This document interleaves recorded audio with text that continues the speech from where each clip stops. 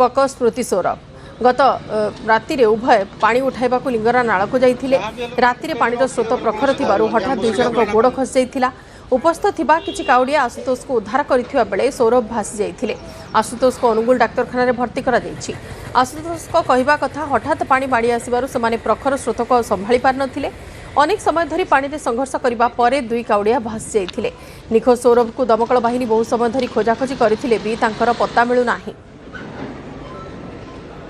पानी सडन माड़ी आइला 12टारे कहले 11:20 पानी आसी से आम बाहर को बाहरला बेलू मु बहुत कष्ट बाहरी पड़ी किंतु मो भाई भासी गला आगू गला मो भाई गोटे जगह ठाकी मुझे आनिया गली फायर गाड़ी ऊपर थिला मुझे डाकिली कहीं शुणिलेनि किसी ना रिएक्शन किसी ना बहुत जोर से डाकी सेटा अनाउंसमेंट होता जहाँ आम उपस्थित लोक बुझिलु जे अनाउंसमेंट होता डेरजांग डैम पानी छाड़ब तो से मैंने पानी उठाऊला बेले काउडिया दुई जन से भासी जाते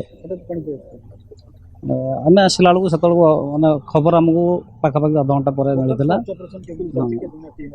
आमर हाँ 2 जणिया टीम ए चली आमर बंतला और अनुगुल 2टी टीम नियोजित होती खोजाखोजी चलती।